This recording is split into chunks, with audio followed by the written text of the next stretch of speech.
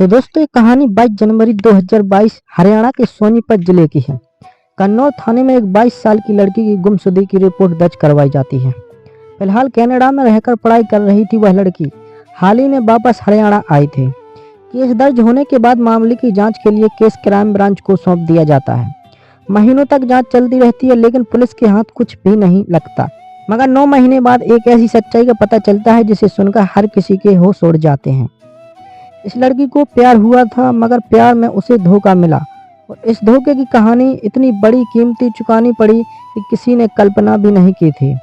पूरी कहानी सुनकर आप भी चौंक जाएंगे और शायद आप भी प्यार करने से पहले 10 बार सोचेंगे। इस घटना को अंजाम देने के पीछे की वजह बहुत ही अजीब थी। तो आखिर क्या है इस घटना की पूरी कहानी, लड़की के साथ क्या कुछ हुआ और घटना के पीछे की वजह क्या थी, चलिए जानते हैं सब कुछ डिटेल से। इस वीडियो में आप खुद को और अपनों को भी सुरक्षित रख पाएं, इसलिए भी इस केस के बारे में जानना बहुत ज़रूरी है। तो चलिए कहानी शुरू करते हैं।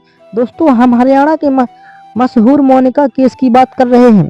22 साल की मोनिका हरियाणा के रोहतक जिले के बलंद गांव की रहने वाली थी। बचपन से ही मोनिका पढ़ने में काफ़ी तेज थी, इसलिए परिवार वाले इसे बहुत आगे तक पढ़ाने का फैसला करते हैं। मोनिका भी उनकी उम्मीदों पर खरी उतरती और लगातार पढ़ाई में बेहतर करती रहती। एक समय बाद मोनिका कनाडा की एक यूनिवर्सिटी से पढ़ाई करने का फैसला करती है। परिवार वाले भी मोनिका के इस फैसले में उसका साथ देते हैं। अगर समस्या यह थी कि कनाडा जाने से पहले मोनिका को एक एग्ज़ाम क्लियर करना था। इसी एग्ज़ाम की तैयारी के लिए मोनिका अब अपने घर को छोड़कर हरियाणा के सोनीपत जिले के कन्नौज में रहने वाली अपनी मौसी के पास आ जाती है। मौसी के पास आने के पीछे का कारण था कि यहाँ रहकर मोनिका अच्छे से पढ़ाई कर सके। यहाँ रहते हुए मोनिका अच्छे से पढ़ाई करने लगती है, मगर इसी पढ़ाई के दौरान एक दिन उसकी नज़र पड़ोस में रहने वाले एक लड़के से मिलती है। एक दिन 2 दिन होते होते आए दिन अब उस लड़के और मोनिका की आंखें चार होने लगती हैं और देखते ही देखते दोनों एक दूसरे को दिल ही दिल में पसंद करने लगते हैं। जिसे मोनिका पसंद करने लगी थी उस लड़के का नाम सुनील था। बहुत जल्द मोनिका सुनील के प्यार में पड़ जाती है और दोनों एक दूसरे को दिलो जान से चाहने लगते हैं। इसी बीच मोनिका का एग्ज़ाम भी आता है और वह IELTS एग्ज़ाम पास करती हुई कनाडा जाने के लिए एलिजिबल हो जाती है। मोनिका की इस कामयाबी पर घर वाले बहुत ज़्यादा खुश होते हैं। मोनिका की इस कामयाबी की चर्चा जिले भर में होती है। सभी कागजी कार्रवाई पूरी करने के बाद फाइनली अपनी पढ़ाई के लिए मोनिका 5 जनवरी 2022 को कनाडा बिजनेस मैनेजमेंट का कोर्स करने गई थी, लेकिन सुनील ने 22 जनवरी को ही कनाडा से उसे वापस भारत बुला लिया था। इसके बाद उन्होंने 29 जनवरी 2022 को गाजियाबाद के आर्य समाज मंदिर में शादी कर ली थी।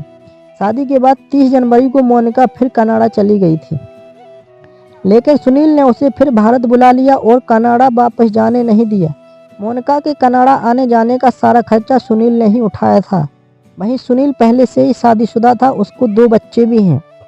शादी के अगले ही दिन यानी 30 जनवरी 2022 को मोनिका अब बिना किसी को बताए वापस कनाडा चली जाती है और अपनी पढ़ाई में लग जाती है। अब अगले कुछ महीने तक कनाडा में ही रहती है, मगर उसके व्यवहार में काफ़ी बदलाव आने लगता है।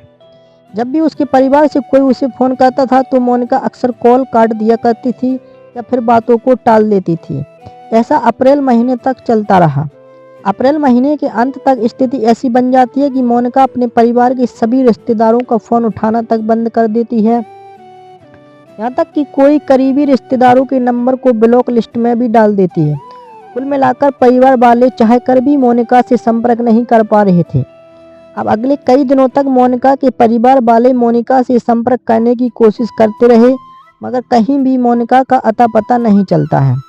अंत में मोनिका की मौसी कन्नौज थाने में जाकर मोनिका की गुमशुदगी की रिपोर्ट दर्ज करवाती है।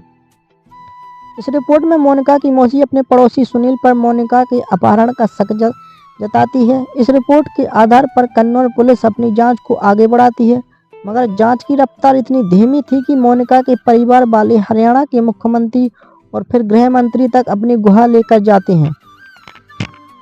इस केस को क्राइम ब्रांच को सौंप दिया जाए। मोनिका के परिवार वालों की रिक्वेस्ट पर अब इस केस की जांच रोहतक IPG को सौंप दी जाती है। रोहतक IG इस केस की जांच भिवानी CI टीम को सौंप देते हैं। अब पुलिस सबसे पहले इस केस के प्राइम सुनील की तलाश में लगती है। काफ़ी कोशिशों के बाद भी सुनील का कहीं अता पता नहीं चलता, मगर पुलिस वाले हिम्मत नहीं हारते और अपनी मेहनत जारी रखते हैं। इसी क्रम में कहीं से पुलिस को पता चलता है कि सुनील उत्तर प्रदेश में रह रहा है। बस इसी गुप्त सूचना के आधार पर पुलिस छापेमारी करके उत्तर प्रदेश से ही 2 अप्रैल 2023 को सुनील को गिरफ्तार कर लेती है। गिरफ्तारी के बाद सुनील को स्थानीय अदालत में पेश किया जाता है, जहां से 8 दिनों के पुलिस रिमांड में उसे भेज दिया जाता है। इसके बाद सुनील से पूछताछ का सिलसिला शुरू होता है। शुरू में सुनील पुलिस के सभी आरोपों को निराधार बताता है और खुद को बेगुनाह बताते हुए कहता है कि मोनिका के परिवार वाले उसे बता रहे हैं। मगर पुलिस सुनील की मीठी बातों में आने की बजाय अपने अंदाज में पूछताछ शुरू कर दी। पुलिस की सख्ती के आगे सुनील की सारी चालाकी फेल होने लगती है और फिर एक हैरान कर देने वाली सच्चाई से पर्दा उठता है। सुनील बताता है कि मोनिका से उसकी पहली मुलाकात तब हुई थी जब मोनिका अपनी मौसी के यहाँ पढ़ने के लिए आई थी। तब सुनील मोनिका की मौसी के यहाँ से दूध लेने आया जाया करता था। यही मोनिका की मौसी मोनिका की मुलाकात सुनील से करवाती है और दोनों एक दूसरे को भाई बहन मानने लगते हैं। यहाँ तक कि रक्षाबंधन के मौके पर मोनिका सुनील को राखी बांधती है, मगर दोनों राखी की कसम को लंबे समय तक निभा नहीं पाते और पवित्र रिश्ते को दागदार करते हुए एक दूसरे के प्रेम में पड़ जाते हैं और चुपचाप शादी करने तक का फैसला कर लेते हैं। सुनील पुलिस पूछताछ में खुलासा करता है कि मोनिका से शादी करने के 4 महीने बाद यानी अप्रैल महीने में एक बार फिर से उसे जबरदस्ती कनाडा से बुला लेता है और साथ ही में रहने लगता है। इस बात की जानकारी मोनिका अपने परिवार वालों को नहीं देती है। यही वजह थी कि मोनिका ने अपने परिवार वालों से फ़ोन पर बात करना अवॉइड करना शुरू कर दिया था और कई करीबी रिश्तेदारों को ब्लॉक भी कर दिया था। सुनील के खुलासे के मुताबिक सुनील और मोनिका दुनिया की नज़रों से बचकर अगले कई महीनों तक साथ रहते हैं और समय समय पर ठिकाना बदलते रहते हैं।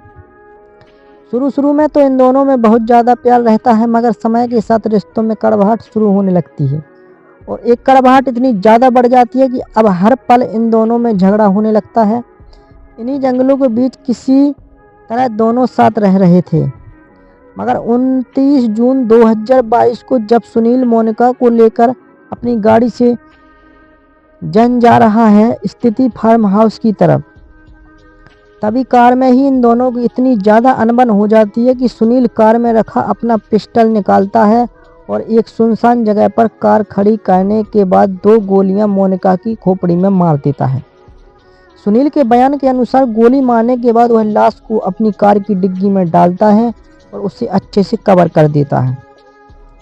सुनील को समझ नहीं आ रहा था कि लाश को कहां ठिकाने लगाया जाए, इसलिए वह अलग कदम उठाने से पहले लाश को किसी तरह कार में छुपाकर अपने फार्म हाउस में चला जाता है और कार को पार्किंग में खड़ी करने के बाद अच्छे से उसे कवर कर देता है।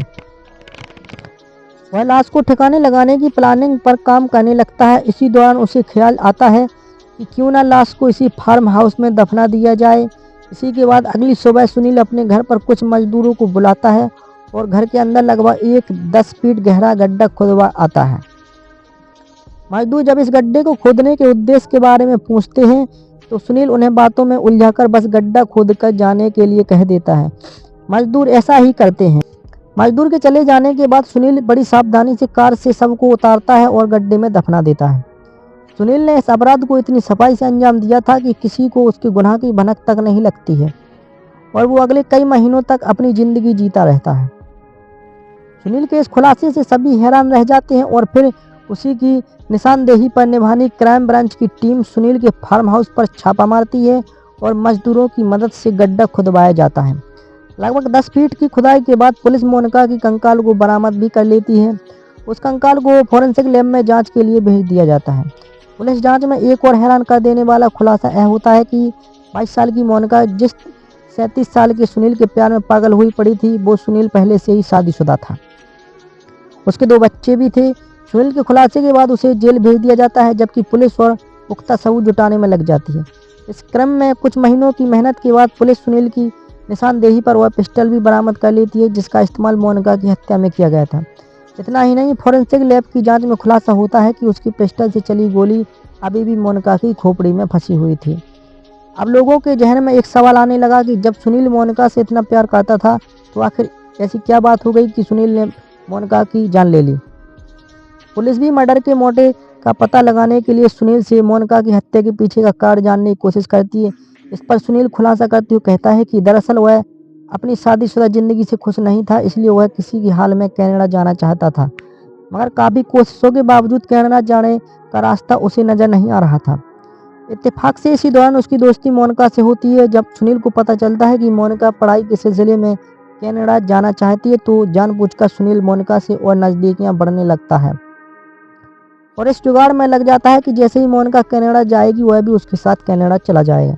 इसलिए मोनिका ने कहना चाहते हैं कि सुनील फिर से उसे बुलाता है और शादी करता है।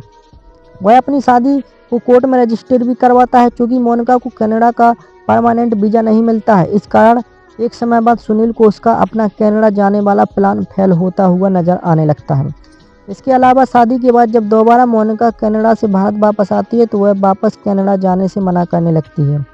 इस कारण सुनील को डर सताने लगता है कि अगर मोनिका वापस कनाडा नहीं गई, तो उसका राज सबके सामने आ जाएगा और उसके कनाडा जाने के सपने पर भी पानी फिर जाएगा। बस इसी के बाद दोनों में अनबन बढ़ने लगती है। सुनील अक्सर मोनिका से कनाडा वापस जाने की जिद करता था, जबकि मोनिका किसी भी हाल में भारत में ही सुनील के साथ रहने की जिद करती थी। बस इसी बात पर इन दोनों के रिश्ते बिगड़ने लगे और यहाँ तक बिगड़ गए कि एक दिन देश में आकर सुनील ने मोनिका की गोली मारकर हत्या कर दी और लाश को दबा दिया। सुनील अपने गुनाह को छुपाने की जी तोड़ कोशिश करता है, मगर वह लंबे समय तक ऐसा नहीं कर पाता और फाइनली 9 महीने बाद उसके गुनाह से पर्दा उठ जाता है। फिलहाल की इसकी स्थिति की बात करें तो सुनील पर मोनिका के मर्डर के अलावा सुनील आपराधिक प्रवृत्ति का है। कन्नौज थाने में उसके खिलाफ मारपीट, अवैध हथियार, जान से मारने का प्रयास के जैसे 7 मुकदमे दर्ज हैं। आरोपित के पास एक लाइसेंस पिस्तौल भी थी, लेकिन जून में ही वह खुद की लाइसेंस पिस्तौल से अचानक गोली चलने से वह घायल हो जाता है। इसके बाद उसकी लाइसेंस पिस्तौल को पुलिस ने जब्त कर लिया था।